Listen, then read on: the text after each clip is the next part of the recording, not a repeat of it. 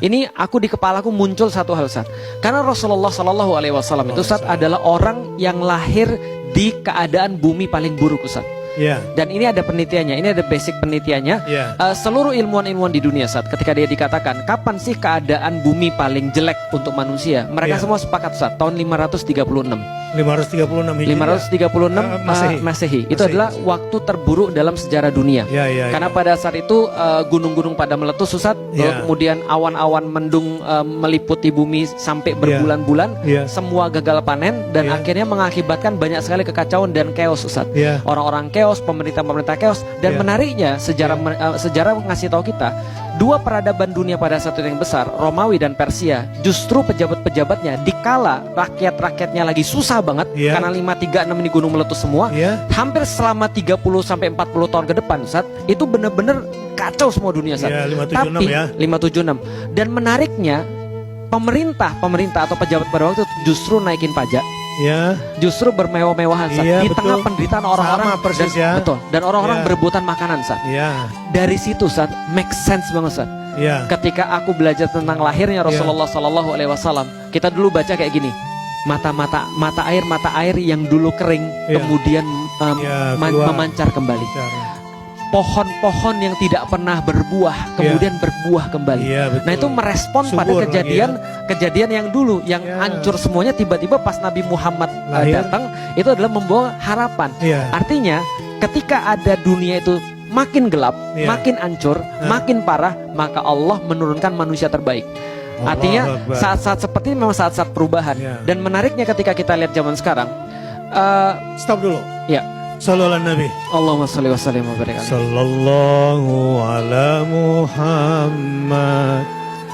Sallallahu alaihi wasallam. Sallallahu ala Muhammad. Sallallahu alaihi wasallam. Saya tersentuh ketika masuk ke wilayah Rasulullah itu langsung jelek saya tadi. Jadi memang ada faktor langit, ya. Di sini yang Ustadz Felix mau masuk nih. Tapi sebelum itu saya stop dulu, supaya ini kan kecepatan nih, agak speednya lumayan karena cerdas ya. Orang kalau cerdas gini. Jadi supaya dapat dulu bahwa Rasulullah dulu sampai sekarang tidak berbeda. Harapan bersama Rasulullah selalu ada dan sama. Sebagaimana Quran, dari ayat pertama sampai terakhir semua sama kualitasnya. Oke? Berarti harapan terang bersama Rasulullah masih ada sampai sekarang. Oke? Gimana? Nah, beruntungnya generasi ini, Ustaz, adalah mereka menyaksikan mereka menjadi saksi adanya revolusi yang besar di zaman mereka, Ustaz. Karena kalau kita lihat misalnya selama peradaban di zaman kalian hidup nih, zaman sekarang, Ustaz. Sekarang kalian menjadi saksi sejarah yang hebat-hebat. Dari Indonesia sampai ke Gaza. Betul. Makanya di titik ini sebelum aku masuk lagi ke materi ini, Ustaz, tentang revolusi, aku merasa bahwasanya aku relate dengan One Piece. Itu salah satunya adalah Tar dulu. Ini bahaya nih. Makar, Ustaz. Dia makar jadinya nanti. Coba jelasin kenapa relate sama One Piece. One Piece itu sebenarnya adalah mau di film baik-baik lah sekarang. Jadi menurut yang bikin, Ustaz, One Piece ini adalah harta karun, Ustaz. Jadi harta karun.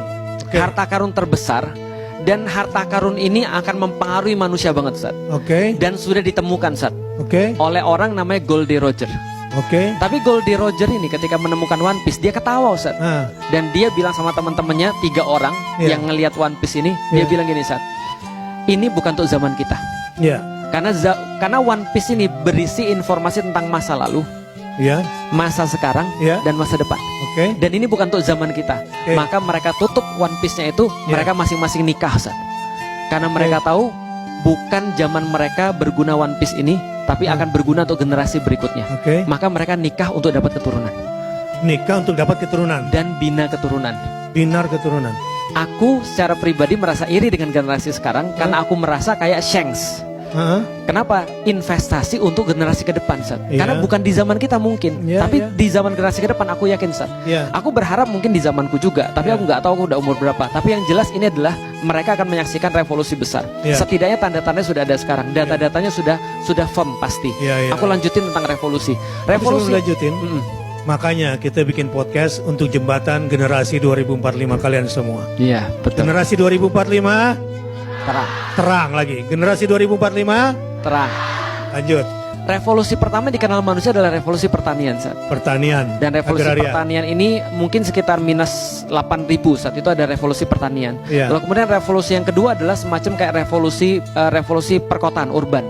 Itu terjadi sekitar minus 3.000. Revolusi yang ketiga itu terjadi ketika revolusi industri. Ketika mesin uap ditemukan, lalu kemudian muncul mesin dan segala macam, itu adalah sekitar tahun 1700-an, 1600, 1700-an.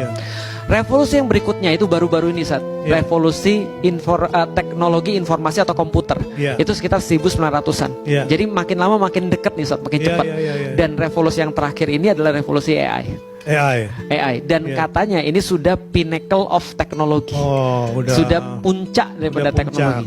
Artinya kita menyaksikan revolusi dan kita harus tahu bahwa setiap revolusi itu membawa perubahan besar. Catat baik-baik ya. Kalian jangan sampai gagap pada waktunya. Akan terjadi perubahan besar dan itu era kalian. Betul. Oke, siap nyambut terang, melek, dan jadilah generasi masa depan yang sudah siap dari sekarang. Oke? Nah, Oke, Sat. Kayaknya ini nggak bisa sekali nanti. Harus dianterin terus nih ya. Oke, lanjut. Nah, revolusi pertanian misalnya membawa pada siapapun yang punya tanah dia yang menang. Penguasa tanah dia menang, maka orang berebut tanah. Tapi berubah ketika menjadi urban. Siapa yang menguasai pemerintahan, mereka menguasai tanah. Bagus. Nah, maka pemerintahan politik. Maka siapapun yang kemudian ada di situ akan meraih bagaimana cara dia jadi pemimpin lewat jalur-jalur politik. Revolusi industri membawa pada siapapun yang punya capital. Itu mereka menang. Karena mereka nanti akan menguasai barang, menguasai jasa, menguasai perdagangan, merkantilisme. Dengan modalnya. Betul. Nah, ketika revolusi itu terjadi, revolusi informasi atau komputer, berubah lagi, Sat. Internet, Sat. Internet itu mengubah semuanya, Sat. Yang menang itu bukan lagi orang yang punya barang, bukan lagi orang punya uang, tapi orang yang punya informasi yang ngendalin algoritma. Sekarang AI, Sat. Nah, sekarang AI ini mengubah semuanya. Artinya pemain-pemainnya akan berubah, orang-orangnya akan berubah, perubahan besar akan terjadi. Pertanyaan berikutnya adalah, apakah benar ketika mas-mas yang bilang yang menguasai AI akan menang melawan yang tidak menguasai AI? Gitu kan ya. Mas-mas itu nggak sepenuhnya benar sebenarnya. Mas-mas ini Mas Elon. Ada mas-mas yang so eksis gitu kan ya. Nah, kenapa kita bisa bilang begitu? Karena gini, Sat, masalahnya adalah ketika justru di zaman AI itu nanti akan berubah menjadi apa yang tetap akan bertahan, yang tidak akan dipengaruhi oleh AI. Sebenarnya begitu pertanyaannya. Bukan AI-nya, karena AI-nya berubah terus, Ustaz. Artinya para ahli mengatakan yang akan bertahan di dunia AI adalah orang-orang yang bisa menjadi manusia. Yang tetap menjadi manusia. Karena AI itu adalah artificial intelligence. Artinya AI itu pengen jadi kayak manusia. Manusia pengen jadi kayak mesin. Ini kan aneh. Tapi ada beberapa hal yang ketika itu tidak bisa dikuasai oleh mesin, tapi bisa dikuasai oleh manusia. Emosional, kedekatan, komunikasi dan segala macam. Dan ketika aku baca itu, aku kaget, Sat. Al-Quran bilang begitu dari dulu, Sat. Al-Quran diawali dengan khitab kepada manusia, diakhiri dengan khitab kepada manusia. Artinya siapa yang bisa menjadi manusia, dia akan unggul di akhir zaman. Allahu Akbar.